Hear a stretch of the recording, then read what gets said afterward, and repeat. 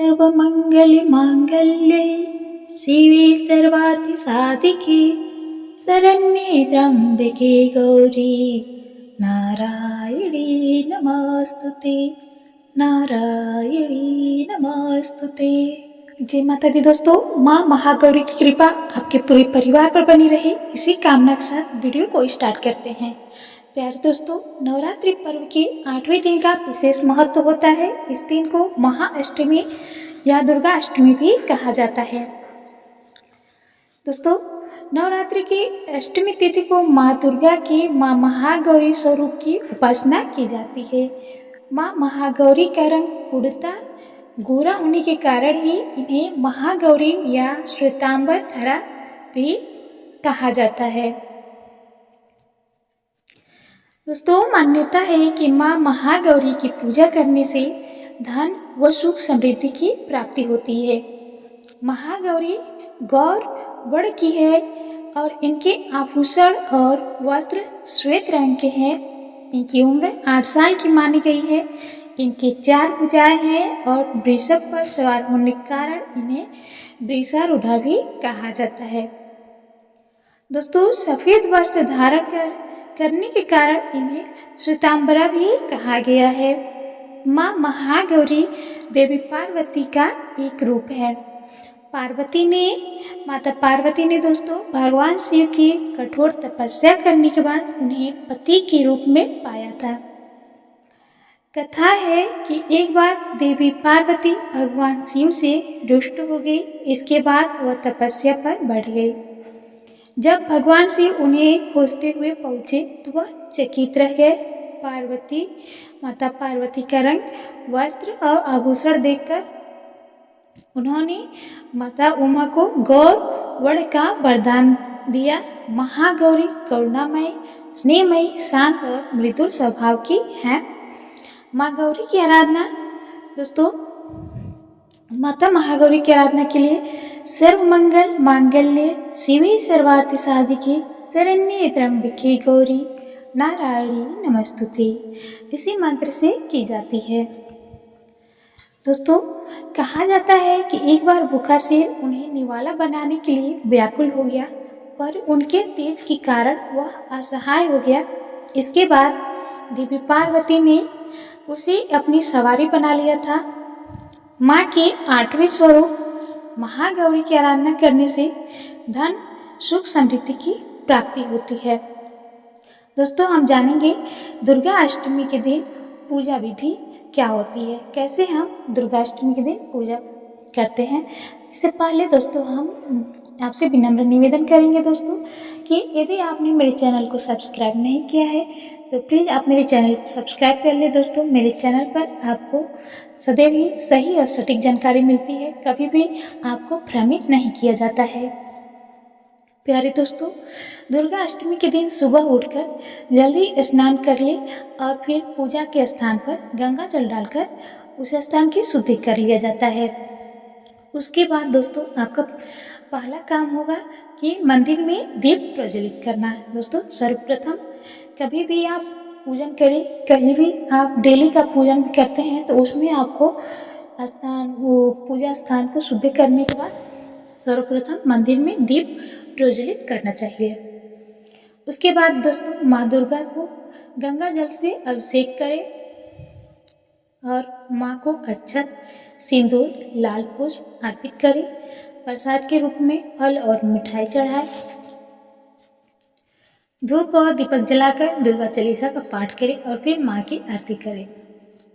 माँ को भोग भी लगाएं। इस बात का ध्यान रखिए कि भगवान को सिर्फ सात्विक चीज़ों का भोग लगाया जाता है।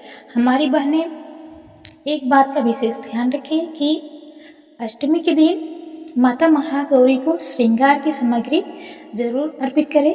ये बहुत ही शुभ होता है बहनों, आप इस बात का विशेष ध्यान रखिएगा। इसे तो आप बिल्कुल नहीं भूलिएगा कि माता महागौरी को श्रृंगार की सामग्री अवश्य अर्पित करना है आपको। इससे आपके सौभाग्य में वृद्धि होती है, तो कर लीजिएगा आप ये। अब दोस्तों अष्टमी के दिन कन्या पूजन भी किया जाता है। ये तो बहुत से लोग जानते भी हैं और करते भी हैं। एक और भ्रम है लोगों में कि हम 9 दिन का व्रत नहीं रहते तो हम कन्या पूजन नहीं कर सकते हैं। तो दोस्तों ऐसा नहीं है।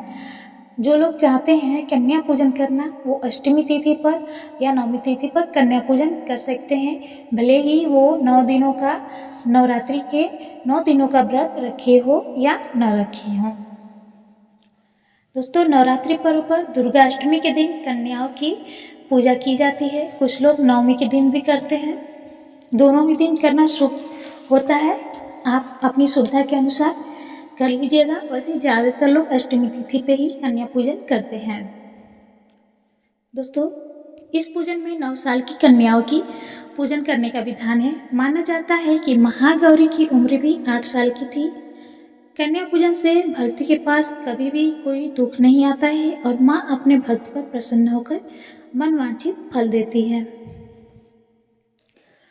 आदिशक्ति देवी दुर्गा के 8वें स्वरूप की पूजा करने से सभी ग्रह दोष दूर हो जाते हैं। महागौरी की आराधना से दाम्पत्य जीवन, व्यापार, धन और सुख समृद्धि बढ़ती है। जो भी भक्त देवी महागौरी की सच्चे मन से आराधना व पूजन अर्चन करते हैं उनकी सभी मुरादें पूर्ण होती है। दोस्तों पूजा के दौरान देवी को अर्पित किया गया नारियल ब्राह्मण को देना चाहिए। दोस्तों एक और कथा प्रचलित है, वो भी मैं आपको बता देती हूँ। देवी पार्वती का जन्म राजा हिमालय के घर हुआ था। 8 वर्ष की उम्र में ही उन्हें अपने पूर्वजन्म की घटनाओं का आभास हो गया। तब से ही वह भगवान शिव को पति के रूप में पाने के लिए तपस्या शुरू कर दी। तपस्या से देवी पार्वती को महान गौरव प्राप्त हुआ था, इसलिए उनका नाम महागौरी पड़ा। इस दिन दुर्गा सप्तशती का पाठ करने से विशेष फल की प्राप्ति होती है। दोस्तों तो आप यदि संभव हो तो नवरात्रि के 9 दिनों तक दुर्गा चालीसा या दुर्गा सप्तशती का पाठ करें। नहीं संभव है तो आप प्रतिपदा तिथि और अष्टमी तिथि पर दुर्गा सप्तशती का पाठ अवश्य करें, बहुत ही शुभ फलदायी होता है। दोस्तों एक बार मैं आप लोगों को दुर्गा अष्टमी के दिन पूजा सामग्री की पूरी लिस्ट बताना चाहती हूँ। इससे पहले पुनः विनम्र निवेदन कर रही हूँ दोस्तों आप मेरे चैनल को सब्सक्राइब अवश्य करिएगा। दोस्तों दुर्गा अष्टमी के दिन पूजा सामग्री में आपको लेना होगा लाल चुनरी, लाल वस्त्र, मौली, श्रृंगार का सामान। श्रृंगार के सामान में आप 16 श्रृंगार में से जितनी भी सामग्रियाँ ले सकते हैं ले लीजिएगा। एग्जाम्पल के लिए सिंदूर, बिंदी, नेल पॉलिश, आलता, काजल, मेहंदी, ऐसी चीज़ों को आप जितना खरीद सकते हैं खरीद लीजिएगा। दीपक ले लीजिएगा, घी या तेल।